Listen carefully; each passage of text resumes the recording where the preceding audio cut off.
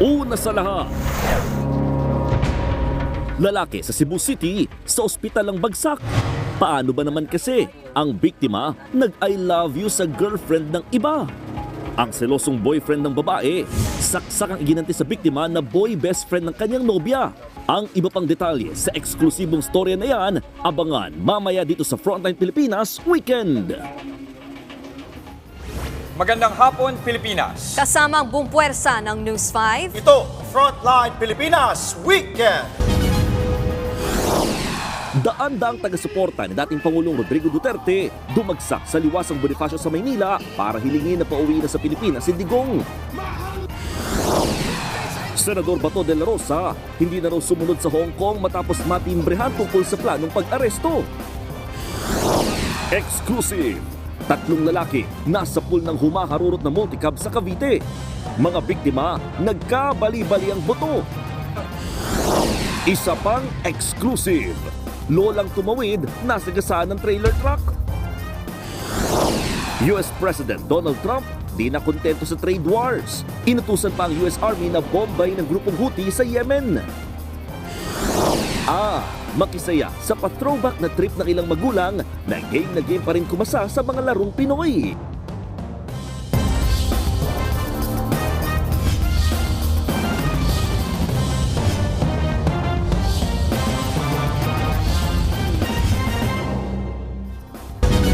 Pinakbakan ni Senador Bato de la Rosa si Pangulong Bongbong Marcos dahil sa pagpayag nito na ipadala si dating Pangulong Rodrigo Duterte sa The Hague. Emosyonal ang senador nang mag-speech siya sa ginawang prayer rally ng mga Duterte supporter sa liwasang Bonifacio. Nasa frontline ng balitang yan, si Faith Del Mundo. Suot ang green at white shirts, bit-bit ang bandila ng Pilipinas. Nagsama-sama ang mga taga-suporta ni dating Pangulong Rodrigo Duterte sa liwasang Bonifacio sa Maynila kahapon. Panawagan nila, maiuwi na sa bansa ang kanilang tatay Digong mula sa The Hague sa the Netherlands. May ilang supporters na nag-alay ng kanta at sayaw. Sinundan ito ng dasal para sa dating Pangulo. Sa tala ng Manila Police District, nasa 2,000 supporters ang dumalo. Kabilang sa mga dumalo sa prayer rally, ang ilang pambato ng PDP sa pagkasenador na sina Philip Salvador, Attorney Jimmy Bondoc at Attorney Vic Rodriguez. Naroon din sina Trixie Angeles, Freddy Aguilar at Cesar Montano. Nagsalita rin si Senator Bato de la Rosa at dito niya binakbakan si Pangulong Bongbong Marcos dahil sa pagpayag na maipadala si Duterte sa The Hague. Commitment sa Interpol! Interpol! Presidente ka ng Pilipinas!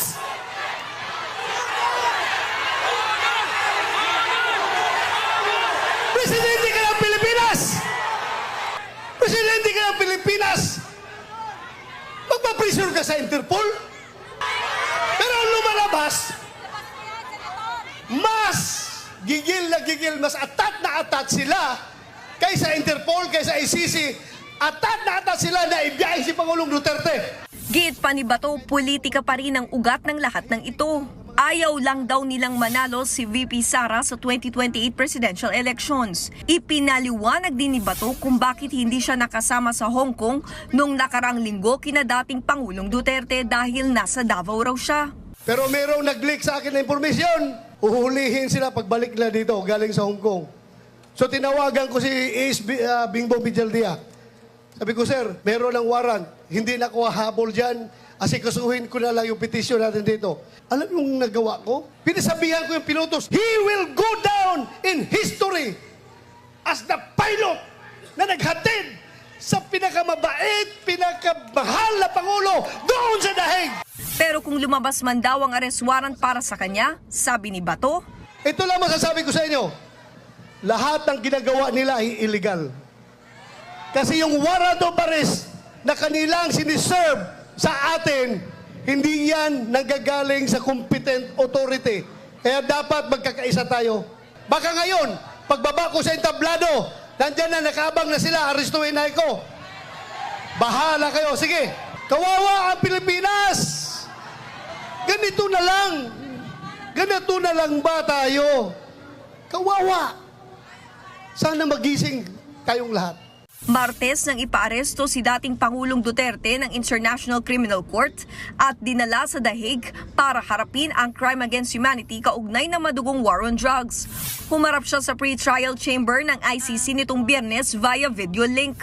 Ayon sa kanyang dating tagapagsalita na si Attorney Salvador Panelo, mas humina ang lagay ng kalusugan ni Duterte base sa kanyang initial appearance. Garal-gal ang boses niya. Parang duda ko nga, baka na mild stroke ito ah. Kasi hindi siya ganun eh. Kahit na mahina siya at mukhang may sakit, pero kagabi mas grabe ang itsura niya. Giit pa ni Panelo, iligal ang ginawang pag-aresto at pag-detain kay Duterte. Ang pag-kidnap niya sa kanya ay illegal. Ang pagsuko sa kanya sa ICC ay ang paglabag sa saligang batas at pagsuko sa soberentiya ng ating bansa. Kaya ang panawagan ng sambayanan ay ibalik. Sinusubukan pa naming kunan ng pahayag ang Malacanang kaugnay ng mga pahayag ni Senador De La Rosa. Nagbabalita mula sa Frontline, Faith Del Mundo, News 5. Naninindigan ang palasyo na legal ang pag-aresto kay dating Pangulong Rodrigo Duterte sa bisa ng warrant mula sa International Criminal Court o ICC. Kasunod yan ang sinabi ni Senator Bato de la Rosa na illegal ang pag-aresto dahil umalis naman ng Pilipinas ang ICC noon pang 2019. Sagot naman ni Palace Press Officer Claire Castro, wala naman daw magagawa ang palasyo kung pilit ipinalalabas na illegal ang pagdala kay Duterte sa The Hague. Pero giit niya na ayon naman ito sa ilalim ng Philippine Act on Crimes Against International Humanitarian Law, Genocide, and Other Crimes Against Humanity. Nahaharap kasi si Duterte sa kasong crime against humanity of murder dahil sa madugong kampanya niya kontra illegal na droga. Isa sa mga kinuhang abogado ng kampo ni dating Pangulong Rodrigo Duterte ay ang British-Israeli lawyer na si Nicholas Kaufman. Kinumpirma yan mismo ng kanyang anak na si Vice President Sara Duterte. Isa si Kaufman sa listahan ng Public Counsel ng International Criminal Court. Dati rin siyang naging prosecutor ng ICC. Sa ngayon, si dating Executive Secretary Salvador Medialdea pa lang ang kinikilalang abogado ni Digo. Habang una nang sinabi ni dating spokesperson Harry Roque na nagsumite na rin sila ng mga dokumento para payagan maging legal counsel ng dating Pangulo. Itinakda ng ICC ang confirmation of charges ng dating Pangulo sa September 23. Walang mass resignation, yan ang iginiit ng Philippine National Police sa gitna ng mga umuugong na pagbibitiw umano sa pwesto ng mga opisyal ng PNP. Sa ulat ng Philippine Star, sinabi ni PNP spokesperson Brigadier General Jean Fajardo na walang police officer na magre-resign o nag-resign. Umugong ang balitang mass resignation sa hanay ng pulis kasunod ng pag-aresto kay dating Pangulong Rodrigo Duterte. Dagdag ni Fajardo, fake news ang kumakalat na balitang ito sa social media. Binigyang din ni Fajardo na ginawa lang ng PNP ang kanilang trabaho matapos mag-issue ang International Criminal Police Organization o Interpol ng Red Notice Alert sa dating Pangulo. Nakahanda rin ang PNP na tumulong ulit sa Interpol sakaling mag-issue ng arrest warrant laban sa co-perpetrators ni dating Pangulong Duterte sa kanyang war on drugs. Samantala, tinaasan naman ni Pangulong Bongbong Marcos Jr. ang arawang allowance para sa mga sundalo. Mula po sa dating 150 pesos, magiging 350 pesos na ito ngayon. Makikinabang dito ang mga opisyal at enlisted personnel ng Armed Forces of the Philippines. Ayon sa executive order ni Pangulong Marcos, hindi na raw kasi sapat para sa mga sundalo ang kasalukuyang allowance. Mahalaga raw ang umentong yan para mas mapangalagaan ang mga militar sa gitna ng kanilang trabaho. Kabig muna tayo sa ibang balita. Nasapul ng multikabang 3 lalaking naglalakad sa Dasmariñas, Cavite. Dead on the spot ang isa sa kanila matapos mapuruhan sa ulo. Nasa frontline ng balitang yan si Dave Abuel, exclusive. Nakatagilid pa sa kalsada ang multicab na yan nang maabutan ng mga otoridad sa barangay Sampaloc 1 sa Dasmariñas, Cavite noong Lunes ng madaling araw. Ang lalaking ito sa tabi ng puno, hindi na makatayo nang mabalian ng buto sa binti at paa. Sa di kalayuan, isang lalaki naman ang nakasubsob sa kalsada. Nabalian din ng buto sa daliri ng paa ang isa pa nilang kasama. Ang tatlong lalaki nabangga ng multicab. Ayon sa barangay, naglalakad papuntang bilyaran ng tatlo nang mangyari ang insidente. Pero bago yan, nahagip pa sa CCTV ang pagharurot ng multicab. Dead on the spot ang lalaki na kaputi na kinilalang si L.A. Lagoras, 22 anyos. Napuruan siya sa ulo at nabalian din ang kanyang binti at braso habang nagpapagaling na ang dalawa sa ospital. Ayon sa barangay, matapos na makabangga, tumama pa raw yung multicab dito sa bahagi ng puno, kaya ito tumagilid. Tumakas daw ang driver at ang pahinante, pero natuntun sila ng may makakilala sa dala nilang multicab. Nung tinawagan, pag nasa Bacoor na pala yung dalawang driver at saka pahinante na tumakas. At ginapagalaman nung mayari, hinold nila yung tao. Ayon naman sa pulis, sumuko na ang driver bandang hapon. Nagkausap-usap sila, pati yung may-ari, si Kapitan, sa harap ni Kapitan. Nag-come up sila sa isang desisyon na i-atras nila yung reklamo. Kapalit naman nun, sasagutin lahat ng may-ari at ng driver. Yung namatayan, yung pagpapalibing, yung paglilibingan, tapos yung gagastos sa burol, danyos, tapos yung mga nasaktan naman, isasagutin hanggang sa tuluyang gumaling. Lubos naman ang panghihinayang ng kaanak ng biktima. Pangarap daw nitong sumikat sa larangan ng flip-top. Napakasakit mawalan ng apo. Maraming pangarap yan yung apo ko, hindi lang yung makapagtrabaho sa isang tapos nangyari pa ng ganyan. Masakit sa amin ito. Sa kabila ng tulong pinansyal, pinag-iisipan pa rin ng pamilya na ituloy ang reklamo laban sa driver. Ihahabla namin yun. Hindi ba niya pagbabayaran ng kung kumpanya naman na nag-asikaso dito, paano ang buhay ng apo? Sinusubukan pa ng News 5 na makuhanan ng pahayag ang driver at ang may-ari ng multicab. Nagbabalita mula sa frontline, Dave Abuel, News 5. Patay ang isang menor de edad matapos bumangga sa poste ang sinasakyang sidecar sa Leyte. Sa Camarines Sur naman, sinuwag ng rumaragasang oil tanker truck ang tren ng Philippine National Railways. Nasa frontline ng balitang yan, si Ian Suyu. Nadiskaril sa riles ang tren na ito sa Philippine National Railways o PNR matapos bumangga sa isang oil tanker sa Nabua, Camarines Sur kahapon. Sugatan at ngayon nagpapagaling na sa ospital ang driver ng tanker, habang ligtas naman ang driver ng tren at kasama nito. Wala namang pasaherong nadamay dahil ang bumanggang tren ay PNR Explorer o isang clearing wagon. Ayon sa pulisya, nagpumilit na tumawid sa riles ang truck kahit bumubusina na ang tren. Isang rider naman ang sugatan sa Sariaya, Quezon. Ayon sa otoridad, huminto ang truck na nasa harapan nito para makatawid ang isa pang sasakyan sa intersection. Pero hindi nakabuelo ng preno ang motorsiklo kaya sumalpok ito. Walang suot na helmet ang rider kaya bukod sa katawan, nagtamo rin ito ng sugat sa ulo. Patuloy naman siyang nagpapagaling sa ospital. Sa Haro, Leyte naman, patay ang isang menor de edad matapos bumangga sa poste ang sinasakyang sidecar noong Miyerkules. Ayon sa pulisya, malubhang head injury ang ikinamatay ng 12 taong gulang na bata. Ligtas naman ang driver ng sidecar. Kaibigan daw ito ng pamilya ng biktima. Pupunta sana sila sa isang ilog para manghuli ng mga isda. Nagbabalita mula sa frontline, Ian Suyu, News 5. Arestado ang 49 na dayuhan ng i-raid ang isang pogo site sa Pasay.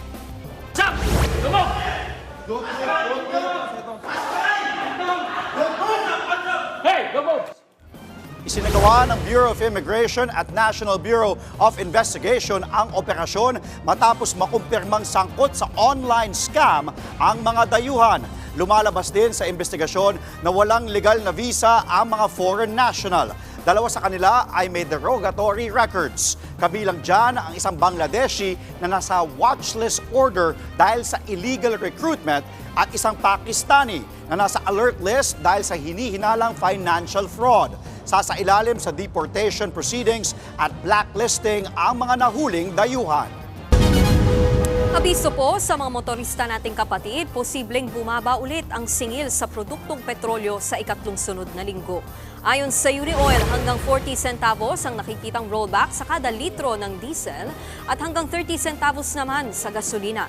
Nauna nang sinabi ng Department of Energy na posibleng magkaroon ng panibagong rollback dahil sa paghihina ng ekonomiya sa US at iba pang mga bansa. Bagay na nakapagpababa raw ng demand. Nakakaapekto rin daw ang pangamba na umapaw ang supply. Lalo't balak pa naman ng oil-producing countries na magtaas ulit ng produksyon sa susunod na buwan. Susunod, lola sa Valenzuela, nasagasaan ng trailer truck driver na di raw napansin ng matanda. Truck na may sakay, ang mga empleyado ng DPWH pinagbabaril. At lalaki sa Cebu, saksak ang inabot mula sa jowa ng kanyang girl best friend matapos niyang mag-I love you. Lahat ng yan sa pagbabalik ng Frontline Pilipinas Weekend.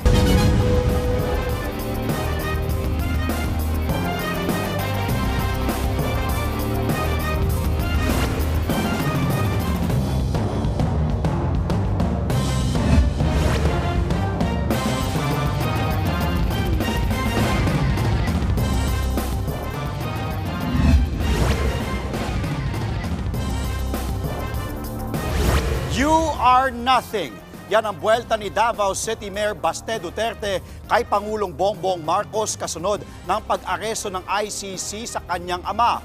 Giit pa ni Baste, wala raw utang na loob si PBBM kahit si Digong ang nagpalibing kay dating Pangulong Ferdinand Marcos Sr. sa libingan ng mga bayani. Nasa frontline na balitang yan ang aming Mindanao correspondent Bril Montalvo. Mr. President Marcos, you will never be loved.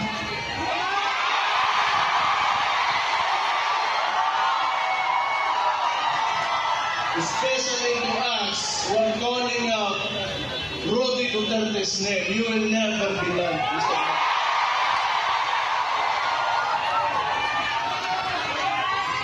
We will stand up and we will fight back. Ito ang nanggagalaiting pahayag ni Davao City Mayor Sebastian Baste Duterte sa gitna ng selebrasyon sa Araw ng Davao kaninang umaga sa San Pedro Square ng lungsod. Buwelta niya pa kay PBBM. Aside, you're not being loved by the people. All you have is the government's resources and your turn. Beyond that, you are nothing. Kinundi na rin ni Baste ang tila napakadali daw na pagsuplong ng Administrasyong Marcos sa kanyang ama sa kamay ng International Criminal Court. Wala rin umanong utang na loob si PBBM sa panggigipit nito sa pamilya Duterte sa kabila ng pagpapalibing noon ni Digong sa kanyang amang si dating Pangulong Ferdinand Marcos Sr. sa libingan ng mga bayani. Bago nito, nagsagawa ng parada kaninang umaga ang mga Dabawenyo at mga taga-suporta ni dating Pangulong Rodrigo Duterte at nagsuot ng itim na damit bilang pagkundina sa pagkakaaresto kay Digong. Hiling din nila na ibalik na sa bansa ang dating Pangulo. Ito rin ang sigaw ng mga Duterte loyalist. We have water stations at the back. May panawagan naman ang kaalyado ng mga Duterte na si Senator Bongo para sa mga Pilipino. Huwag kayong tumigil. Huwag tayong tumigil hanggang hindi ka halaya. Nagbabalita mula sa Frontline, Bril Montalvo, News 5, Mindanao. Hindi na magsasampa ng kaso laban kay Hanilet Abansenya ang pulis na pinukpok niya umano ng cellphone. Ayon kay PNP spokesperson Brigadier General Jean Fajardo, mismong ang babaeng pulis ang nagdesisyong hindi nasampahan ng reklamo ang common law wife ni dating Pangulong Rodrigo Duterte.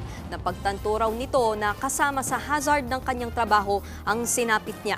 Nangyari ang insidente sa kasagsagan ng kanilang pag-aresto kay Duterte sa Villamor Air Base noong nakaraang linggo. Patay ang 2 engineer ng Department of Public Works and Highways ng Tambangan sa gitna ng biyahe sa Kidapawan City. Ang sinasakyan nilang pick-up bumangga pa sa poste ng kuryente. Nasa frontline ng balitang yan, si Dave Abuel. Patay ng driver. Nabulabog ang mga residente ng Kidapawan City sa Cotabato nang sumalpok ang isang pickup truck sa poste ng kuryente noong Biyernes ng hapon. Halakay, nabanggaan mag-isyo. Sa lakas ng impact, nawasak ang harapang bahagi ng pickup at tumumba ang posting tinamaan. Wala nang malay nang ilabas sa sasakyan ng lalaking yan na isa palang engineer ng Department of Public Works and Highways. Ayon sa lokal na pulis, pabalik na dapat ang 5 empleyado ng DPWH sa kanilang tanggapan nang bigla silang tambangan. Tinamaan ng bala ang driver, dahilan kaya't nawalan siya ng kontrol at bumangga sa poste. Nasawi ang mga engineer na sina Muhammad Haraluddin Mandangan at Ben Hurbiang dahil sa tama ng bala. Ligtas naman ang 3 pang nakasakay sa likod ng pickup. Iniimbestigahan na raw ang pamamaril at posibleng motibo rito. Sa ngayon, pinalitan na rin daw ang tinamaang poste ng kuryente. Sa isang talahiban na ito sa Ormoc City sa Leyte, nadatnan ng mga pulis na patay na ang isang lalaki. Kasunod ng hot pursuit operation umaga noong March 9. Ang lalaking niya na si alias Nano, hinabol ng mga otoridad matapos mamaril sa barangay San Jose. Ayon sa pulisya, inumaga na si alias Nano sa inuman at dumiretso sa bahay ng biktima saka ito pinagbabaril. Sa kabutihang palad, hindi tinamaan ng biktima. Agad namang nakaresponde ang mga otoridad at hinabol si alias Nano. Yun nga lang, nanlaban daw ang sospek kaya pinaputokan na ng mga pulis. Inaalam pang motibo sa pamamaril. Pero base raw sa paraphernalia na natagpuan sa kanyang tirahan, posibleng gumamit din daw ito ng iligal na droga. 8 naman ang arestado sa ikinasang operasyon ng PIDEA sa isang drug den sa Hermosa, Bataan. Timbog sa operasyon ng 52 anyos na operator nitong si alias Mon at mga kasabwat at parokyano nito. Nasamsam sa mga sospek ang 10 gramo ng hinihinalang shabu na aabot daw sa 70,000 pesos ang halaga. Bukod pa riyan, nakuha rin ng 2 gramo ng marijuana at drug paraphernalia. Mahaharap ang mga sospek sa kasong paglabag sa Comprehensive Dangerous Drugs Act. Nagbabalita mula sa Frontline, Dave Abuel, News 5.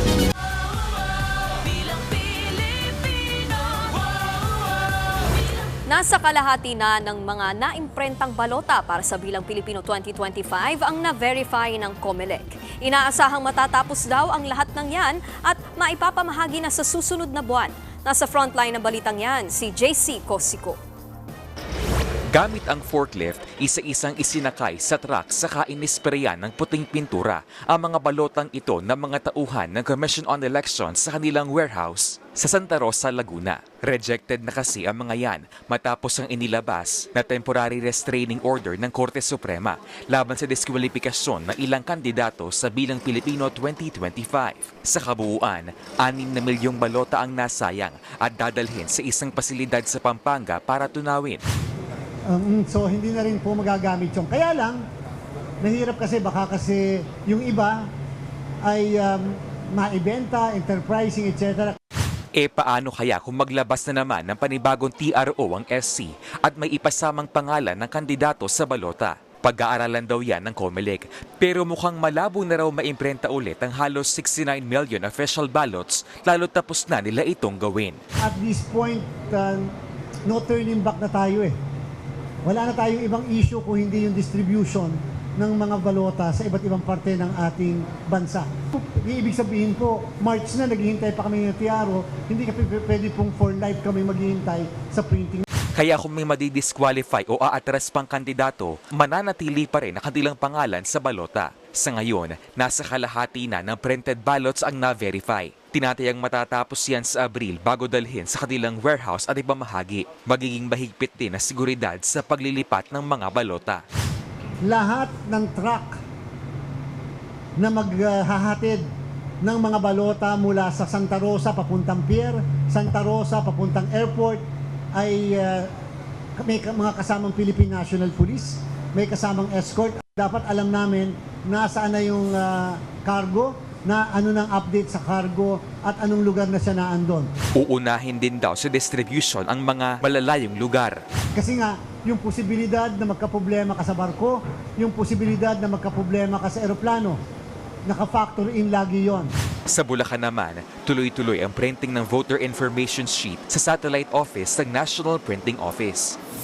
Bawat voter makakatanggap nga nitong voter information sheet kung saan nakalagay yung kanilang pangalan, pati na yung paraan at kung saan sila boboto. Meron ding picture ng mismong botante para nga magabayan sila. Ayon sa COMELEC, higit 68 million na voter information sheet ang kanilang kailangang maimprenta. Sa ngayon, Nasa higit 37 million voter information sheet na ang naimprenta. Target niyang matapos sa March 24 at ipamamahagi simula Abril. Nagbabalita mula sa Frontline, JC Cosico, News 5. Nasa 100 campaign violations na ang naitala higit isang buwan bago ang Bilang Pilipino 2025. Base sa tala ng Kontradaya at Vote Report PH, karamihan sa mga paglabag ay red tagging. Pumapangalawa ang iligal na pangangampanya. Ang ilan gumagamit pa raw ng deepfake para magpakalat ng maling impormasyon laban sa mga progresibong kandidato. Nanawagan ng Kontradaya sa Commission on Elections na seryosohin ang mga naitalang paglabag at papanagutin ang mga nasa likod nito. Pag-aaralan na ng COMELEC ang naturang report. Susunod, US President Donald Trump ipinag-utos ang pag-atake sa mga rebeldeng Houthi. Mangingisdang higit 3 buwang nawala sa dagat, nakabalik ng buhay. At lalaking nag-I love you sa girlfriend ng iba, sinaksak ng nagalit na nobyo. Mga kapatid, huwag kayong bibitiw. Magbabalik ang Frontline Pilipinas Weekend.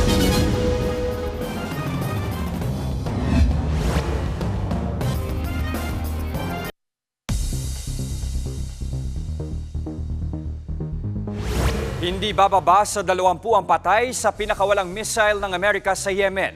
Ang pag-ataking yan, ipinag-utos mismo ni US President Donald Trump bilang babala sa militanteng grupong Houthi na umaatake sa Red Sea. Narito ang Frontline News Abroad. Sa videong inilabas ng US Central Command, makikita ang sunod-sunod na pagpapakawala ng missile mula sa kanilang barko. Sa aerial shot ding ito, tinarget niyan ang isang gusali. Batay sa report, pinakawalan ang mga missile sa lugar sa Sana'a, Yemen na hawak ng Iranian-backed group na Houthi. Ang pag-ataking yan ng Amerika ay ipinag-utos mismo ni US President Donald Trump. Warning daw ito ni Trump sa grupo dahil sa patuloy na pag-atake nito sa mga barko ng Amerika na dumaraan sa Red Sea. Sa social media post ni Trump, sinabi nitong $1 billion na ang epekto nito sa kanilang ekonomiya. Apektado rin daw nito ang buhay ng mga inosente. Nagbanta rin si Trump at sinabing hell will rain down kung hindi pa tumigil ang Houthi sa mga pag-atake. Ito na ang pinakamalaking military operation ng Amerika sa Middle East mula nang maupo si Trump bilang presidente. Ayon naman sa Houthi, 25 ang nasawi sa pag-atake ng Amerika. Karamihan ay sibilyan. Nagbabalita mula sa Frontline, Brian Basa, News 5. Nasagip ng mga otoridad ang isang mangingisda sa Peru, higit 3 buwan mula nang siya'y mapaulat na nawawala. Disyembre nang paglayag ang mangingisda, pero dahil sa masamang panahon, inanod siya patungong Pacific Ocean at natagpuan malapit sa Ecuador. Dehydrated siya at critical na ang kondisyon ng makita ng mga otoridad. Kwento ng mangingisda, kumain siya ng mga ibon, ipis, maski mga pagong para lang magkalaman ang kanyang tiyan at makaligtas. Nakabalik na siya sa kanyang pamilya.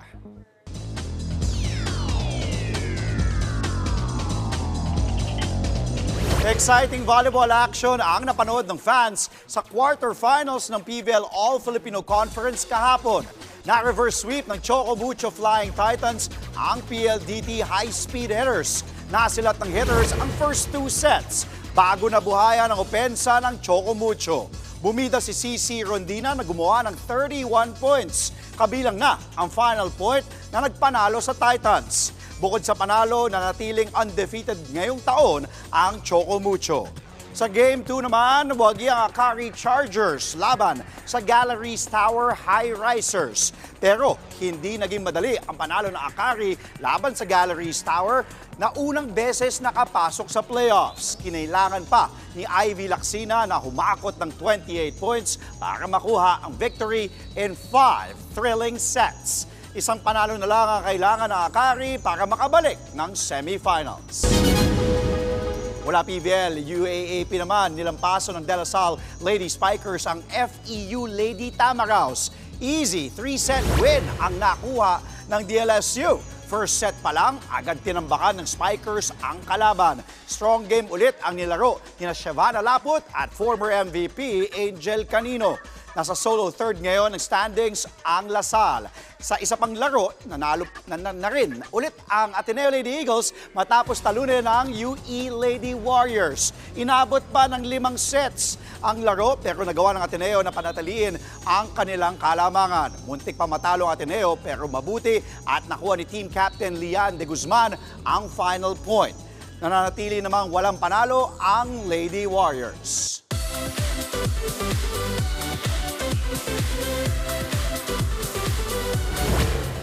Buong pusong nagpapasalamat ang P-Pop Kings na SB19 sa kanilang fans. Ang kanila kasing ticket para sa Simula at Bukas at Wakas concert sold out sa loob lang ng 7 oras. Sa kanilang Facebook post, nagpasalamat ang boy band group at sinabihang solid ang mga fans nito.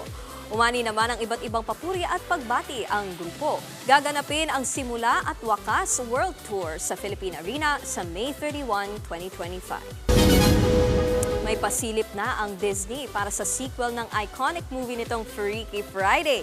At ngayon, 9 mukhang freakier ang mother-daughter adventures nila. Nagbabalik sina Lindsay Lohan at Jamie Lee Curtis para sa isa pang round ng body-switching shenanigans. At ngayon, may iba pang nadamay sa sumpa. Yan ang anak ng karakter ni Lindsay at ang soon-to-be stepdaughter niya. Bukod kina Lindsay at Jamie, nagbabalik din sina Mark Harmon at Chad Michael Murray. Ipapalabas ang Freakier Friday sa mga sinihan sa August 8. Susunod, lalaking nag-I love you sa kanyang girl best friend. Sinaksak ng jowa matapos mabasa ang message. Pero nobya ng sospek, ipinagtanggol ang biktima. At Meralco may programang magsusulong sa kapakanan ng mga hayop. Tuloy-tuloy ang balitaan sa Frontline Pilipinas Weekend.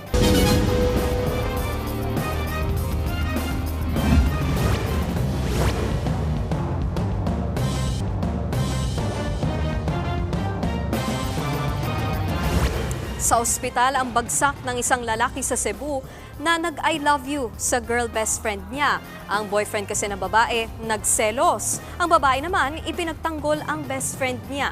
Nasa frontline ng balitang yan ang aming Visayas correspondent na si John Aroa, exclusive. Hiwa ang likod at magkabilang paa. May sugat din sa ulo. Ganyan ang lagay ni Dodong ng isugod sa ospital sa Cebu City. Ang may gawa niyan, ang jowa ng kanyang girl best friend. Kinilala ang suspect na si Ramini Membrillos na isang vlogger. Kwento ng 17 anyos na biktima, naghahaponan siya sa loob ng kanyang bahay nang biglang pumasok ang galit na suspect. Dito na siya biglang inundayan ng saksak gamit ang kutsilyo. Habang ang suspect tumakas pero agad din siyang nahuli. Isinugod naman sa ospital ang biktima. Ang punot dulo ng pananaksak, selos. Best friend daw kasi ni Dodong ang nobya ni Membrillos. Nagkataong nag-send daw siya ng I love you sa best friend noong araw na yun na ikinagalit at ikinaselos ng suspect. Comfort ako ba na kayo? Kinomport ko lang kasi malaki ang problema ng nobya niya. Lingi talaga ako sa mga friends kong babae. Nagselos na pala siya. Depensa pa ni Dodong, sadyang pala kaibigan at malambing siya sa mga kaibigang babae. Pinagtanggol din siya ng kanyang best friend na si Rebecca. Totoo naman daw na nag-chat ng I love you ang kaibigan. Pero as a friend, akala ko na-delete ko na yun. Pero sinabihan ko na yung boyfriend ko na wag nang galawin si Dodong. Kasi si Dodong barkada ko. Sa kabila ng masakit na kumprontahan at selosan, nauwi sa arigluan ang dalawang kampo. Nag-break din si Rebecca at Membrillos.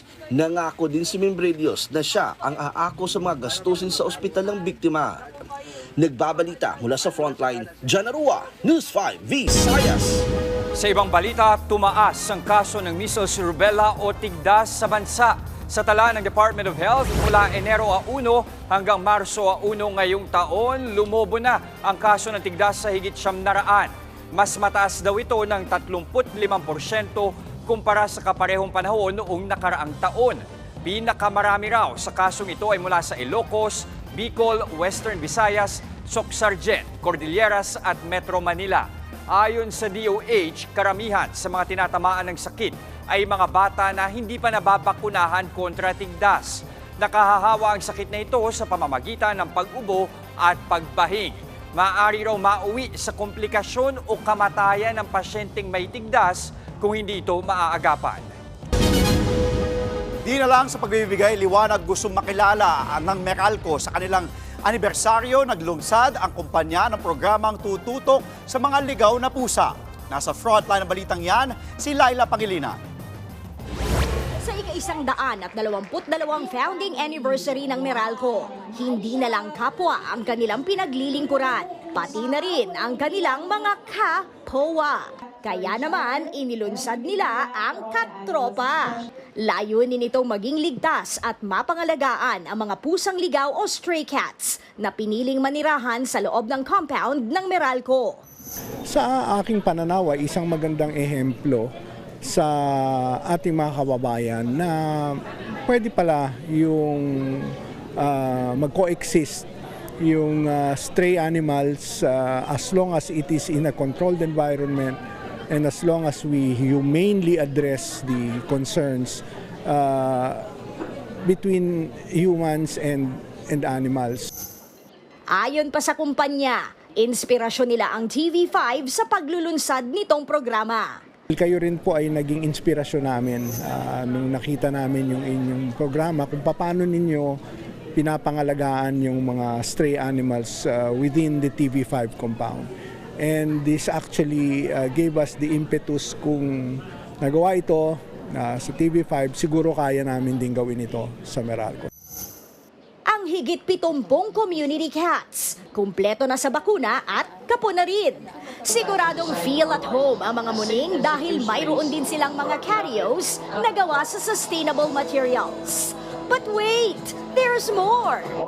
Ito ang kanilang pedestrian lane. Sinisimbolo nito na ang mga sasakyan gaya nito hindi lang basta hihinto para sa mga tao, kundi pati na rin sa mga pusa. Go, go, go! Kaya naman living the best life ang mga muning dito.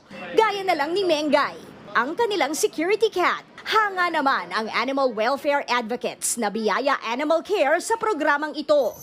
It is heartwarming that they should consider that as part of their duty, not only to the community, pero to our human race. And it takes courage, like a company like Meralco, to have the courage to face it and to make a solution in their way. Maging ang Philippine Animal Welfare Society, bilib din. Cats, and these are not just cats or dogs, these are homeless animals. And for a company to be extending a hand to animals who don't have a home, yan yung feeling ko, yan yung talagang 2 cents ng charity or altruism. Bago matapos ang taon, maging ang mga opisina ng Meralco sa labas ng kanilang main building ay magiging cruelty-free na din para sa mga hayop, pusa man o aso.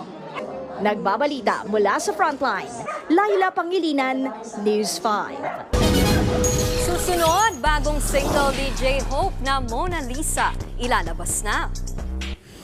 At mga classic na larong Pinoy, ipinaranas ng mga magulang sa kanilang mga anak. Mga kapatid, tuloy-tuloy po ang balitaan dito sa Frontline Pilipinas Weekend.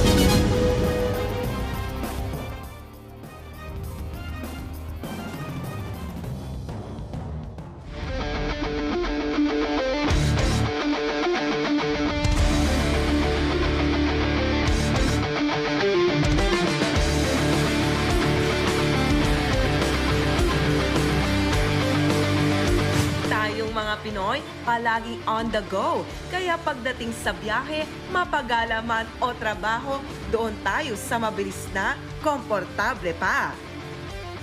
Kaya naman naging paborito na ng marami sa atin ang Yamaha NMAX. At ngayong may bago itong bersyon, tiyak na mas marami pang tatangkilikan dito.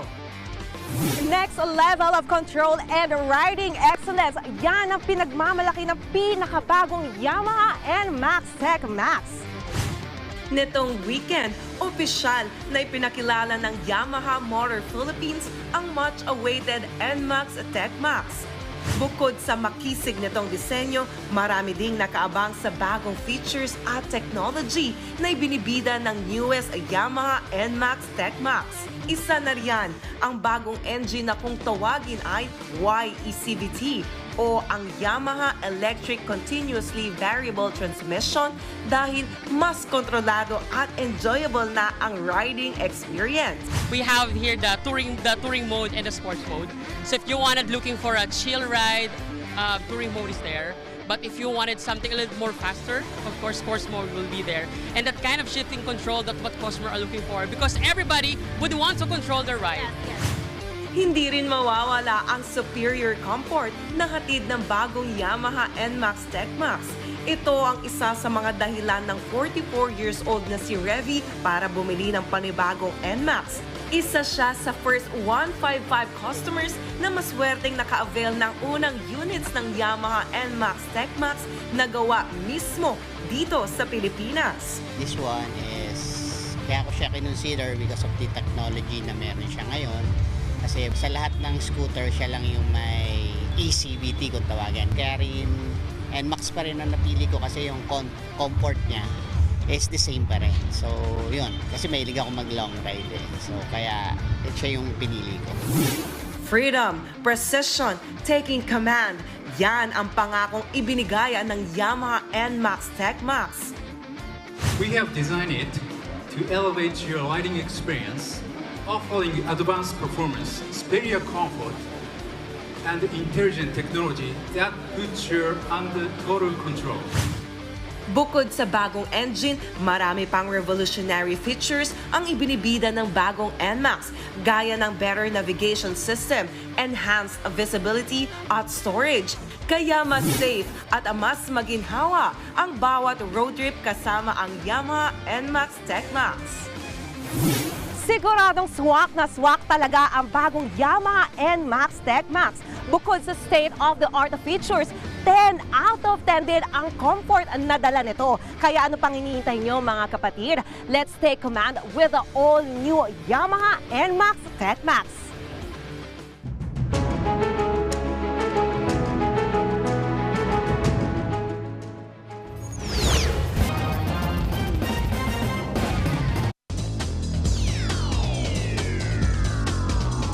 PBA fans, balik hardcourt ang TNT Tropang Giga at Barangay Ginebra San Miguel para sa Game 2 ng Commissioner's Cup Finals. Tanong, may tatabla kaya ng Ginebra ang serye o muling lalamang ang katropa? At live mula sa Mall of Asia Arena sa Pasay City, nasa frontline ng balitang yan si Ian Suyu.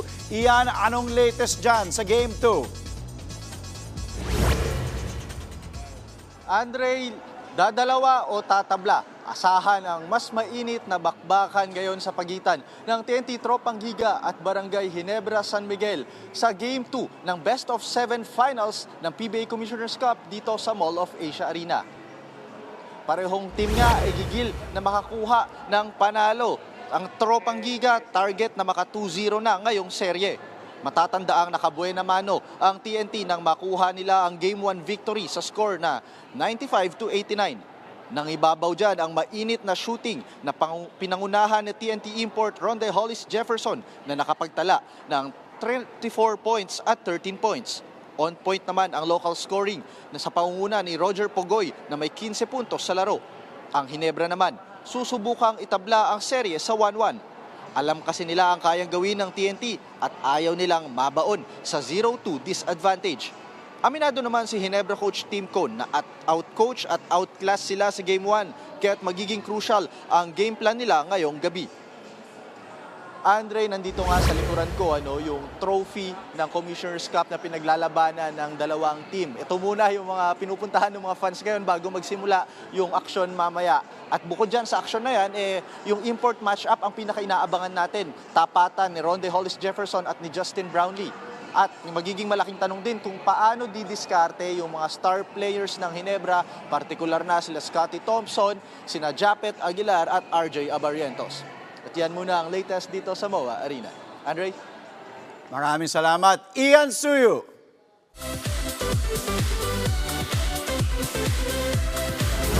Ito naman ang kaabang-abang, maglalabas ng bagong single ang BTS member na si J-Hope. Mismong si J-Hope ang nag-anunsyo niyan sa kanyang Instagram. Ang title ng kanyang new song ay Mona Lisa. Nakatakdayang i-release sa March 21. At bago yan, una nang pinerform ni J-Hope ang new single sa kanyang Hope on the Stage concert sa New York nitong Biyernes. Excited naman ang kanyang Pinoy fans sa 2-day Manila leg ng kanyang concert sa Mall of Asia Arena sa April 12 at 13.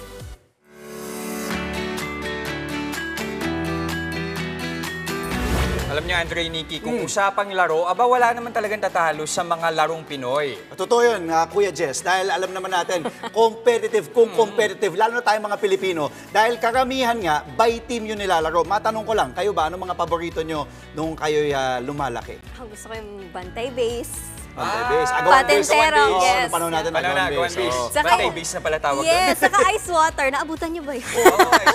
Buti naman. Ako patentero. Patentero. Dahil ako yung putotot. Alam mo yung putotot? Yung sa gitna, kaya yung gano'n. Hindi ko yun, guys. O langit lupa. Yung mga gano'n. Yan. Gets. Kaya naman, ang mga magulang sa Binangonan, Rizal, Gina G sa pagtutrowback ng mga larong Pinoy sa kanilang mga anak. Nasa frontline ng balitang yan, si Mondi Lopez.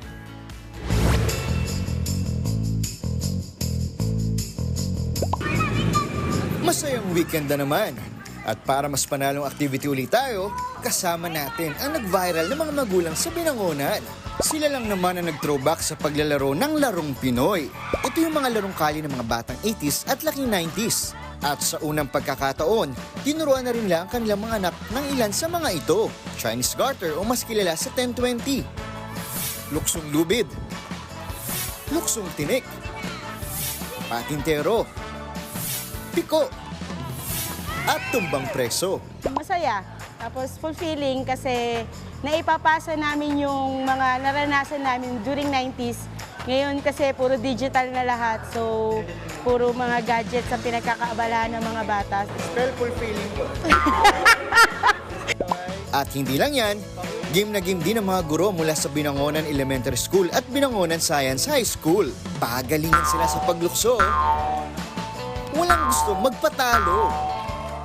Competitive era sina Ma'am at Sir.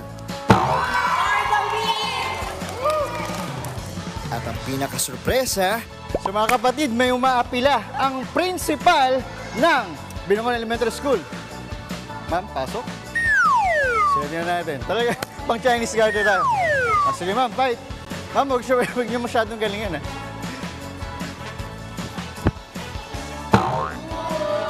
Yung mga teachers na sip-sip.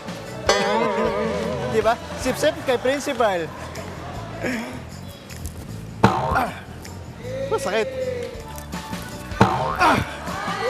Pwede po yun. Tagumpay. Isa pa raw, sabi ni Ma'am Principal.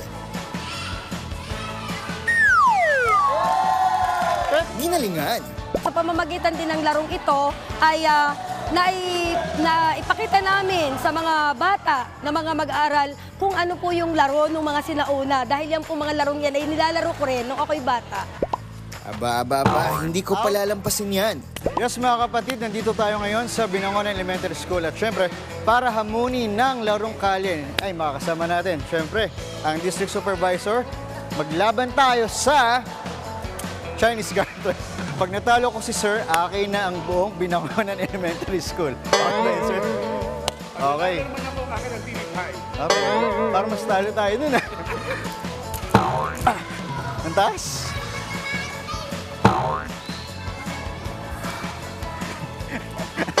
Masakit sa mewa. Out. Woo! At ba? Simula ngayon sa akin na Binangonan Elementary School. Pero teka, may pasurpresa pa si Sir District Supervisor. Magkakaroon tayo ng municipal level competition ng larong kalye o larong Pinoy. So dito, ma-change natin ang idea ng mga bata from gadget to palarong kalye. Mga larong hindi lang masaya, kundi may disiplina at sportsmanship din. Saglit pala mga kids, quick review lang tayo. Anong tawag dun sa may lata? Tumbang preso. Oy, tama. Anong tawag sa Nanay niyong bungahera.